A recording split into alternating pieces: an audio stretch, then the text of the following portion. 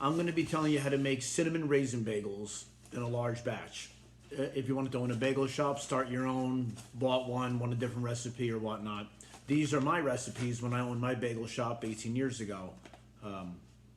I tweaked it to make it my own. I added things, took things away, and I think I had a delicious bagel.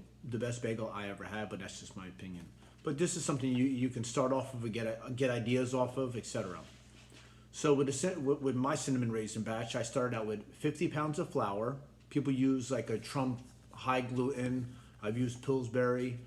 I've used a couple different brands in my life, but I know Trump high gluten is one that for some reason a lot of places are using now. 12 quarts of water.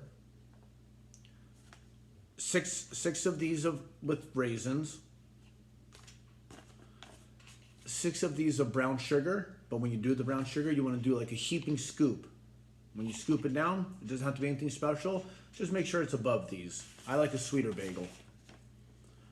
Okay, 1 pound of yeast. That's going to be 1 block, a 1 pound block of yeast. And you would keep that yeast in the refrigerator. And when you put it in, make sure you crumble it up really nice. Get it in there. Just don't throw the whole block in there whole.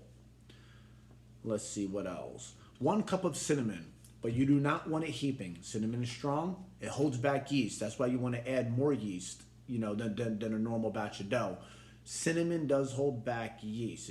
It's harder to rise. That's why we throw more in. But you just want to just level that off. Okay? Salt. Just regular salt. A half of one of these. A half of one of these of salt. And a half of one of these of ready sponge. Okay, let's see. I have some notes here. So the raisins. You want to add the raisins towards the end because you want them mixed up inside the dough. You don't want them shredded.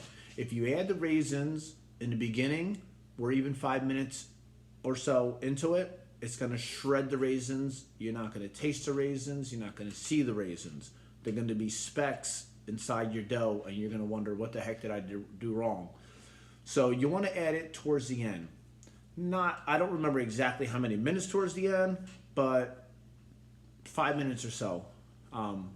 After making it 1 or 2 times, you'll get it. Just do not add it in the beginning. You'll regret it. I've done it. Now, some people, from what I've learned, they add a little bit of caramel color to their cinnamon raisin towards the end to give it a nice swirl. I don't like that. I don't like coloring if I don't have to use it. It does make it look like a nice bagel, but it's unnecessary. It does nothing for the bagel, I feel, except for give it a little more better, like a better look. I don't think it's necessary. I never did it. And that's going to be it for the recipe. It's basic. If you watch my other video on how to make a plain basic dough, I explain little tips, which I can repeat here just in case you didn't see that one. If you live in the Northeast in the wintertime, I suggest you use warm water when you're putting the water into your dough.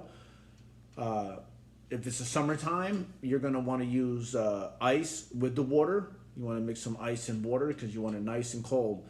It gives you time to work with the dough. If you just add regular water out of the tap in the summertime, even cold water out of the tap, it's going to rise. It may give you a problem. Making a dough because it's just going to start rising because you want to cover the dough, on the table.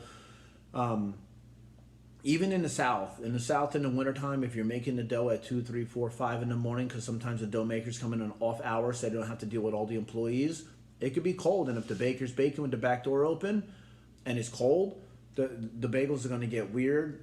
They may not rise right, so you may want to use warm water. You just have to base it on your surroundings. So just always be mindful of that kind of stuff because a dry winter air can really dry out the bagel dough and make it just weird, and it would be unworkable. That's how I feel.